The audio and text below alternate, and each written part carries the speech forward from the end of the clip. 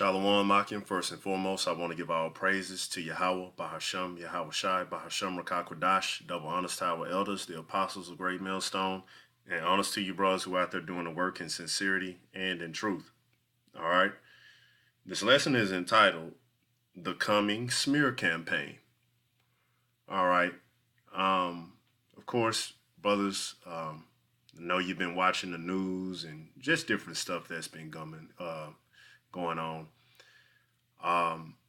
This devil is gonna do a smear campaign using propaganda and everything, which is why I have the definition here.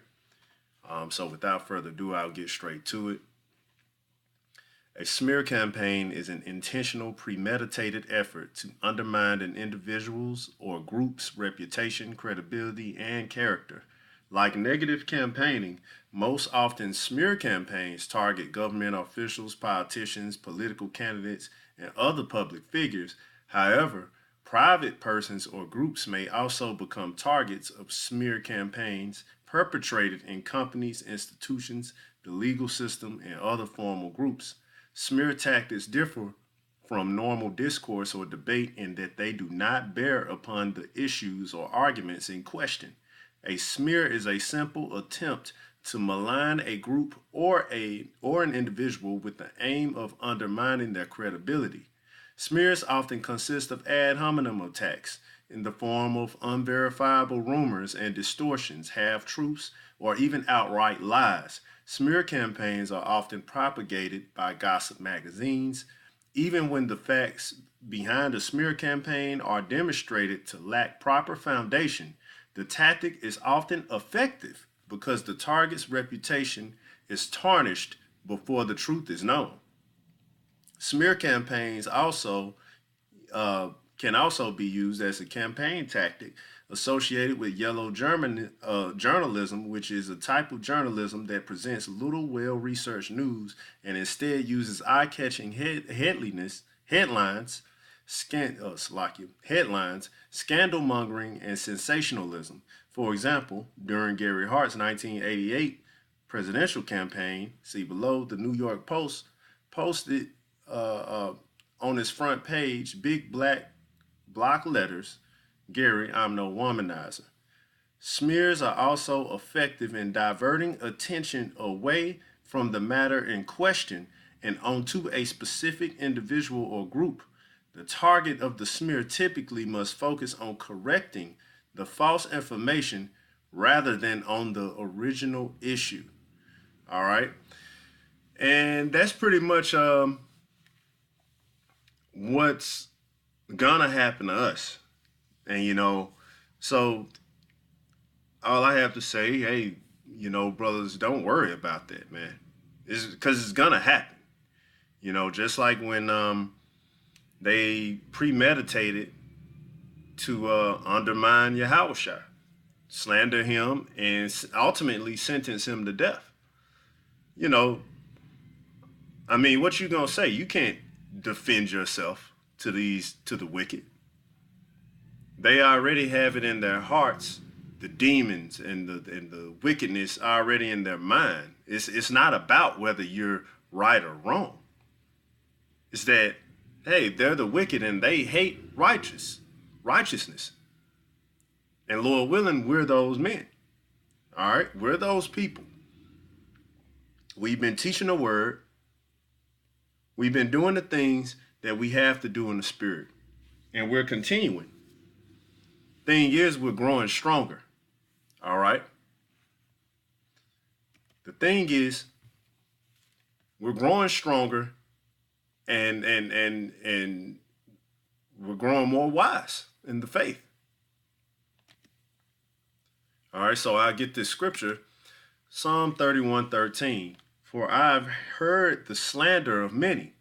Fear was on every side. While they took counsel together against me, they devised to take away my life. But I trusted in thee, O Lord. I said, thou art my power. My times are in thy hand. Deliver me from the hand of mine enemies and from them that persecute me. Make thy face to shine upon thy servant. Save me for thy mercy's sake. So, I'll read the next verse. Let me not be ashamed, O Lord, for I have called upon thee. Let the wicked be ashamed, and let them be silent in the grave. Let the lying lips be put to silence, which speak grievous things proudly and contemptuously against the righteous. All right. So the Lord is going to defend us, you know, and we gonna be all right, man. But that's part of what they're supposed to do. They're supposed to be wicked, man. They're supposed to come against the righteous. This is what the time of Jacob's trouble all about, man. You know, them trying to put us into the worst position possible.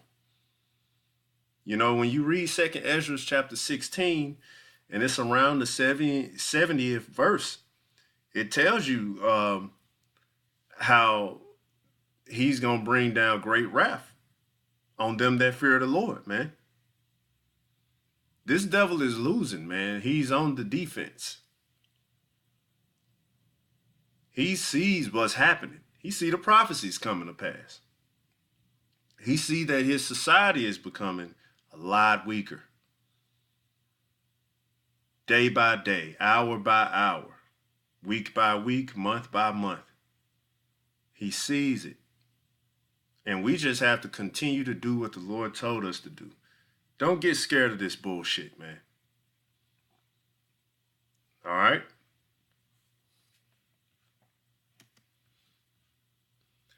This is Luke 6:22. Blessed are ye when men shall hate you, and when they shall separate you from their company, and shall reproach you, and cast out your name as evil for the Son of Man's sake. So it's going to happen, man. Rejoice ye in that day, and leap for joy, for behold, your reward is great in heaven, for in the like manner did their fathers unto the prophets. So yeah, your own people. All of this is meant to happen, man. All right? But it's telling you to rejoice. Rejoice in that day. Leap for joy. Why? Because you're doing something right. You doing what you're supposed to do for the Lord.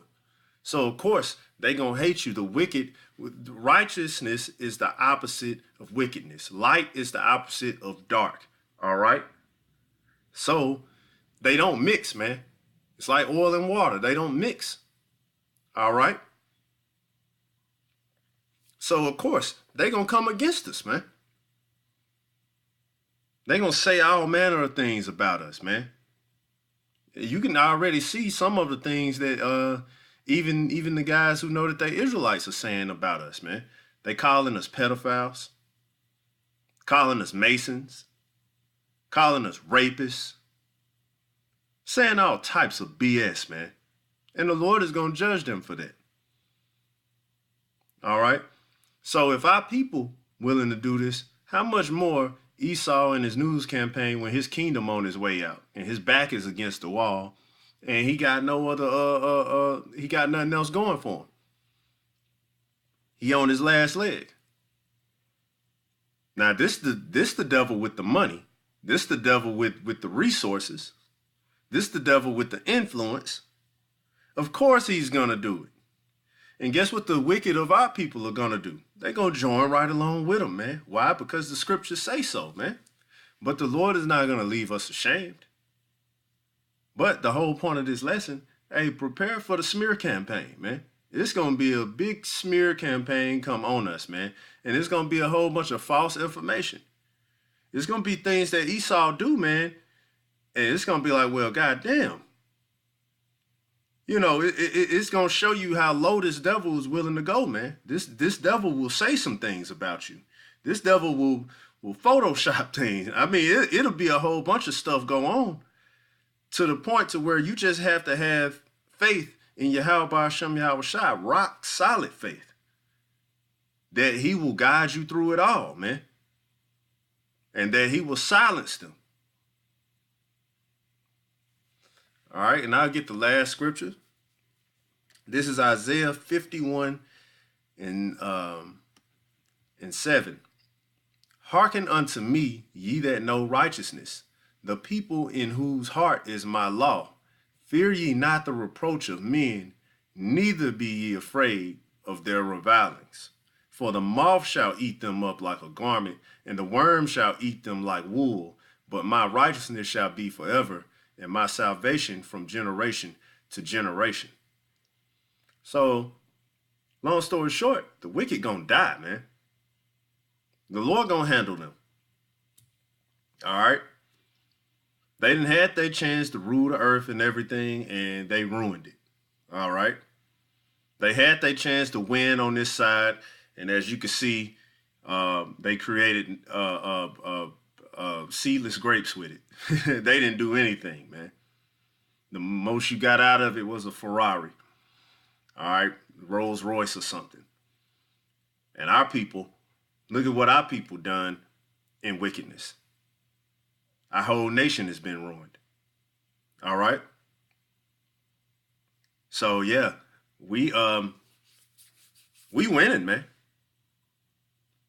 All right. That's why the Lord, and I'll read it one more time, then I'm ending this lesson. Isaiah 51:7, hearken unto me, ye that know righteousness, the people in whose heart is my law.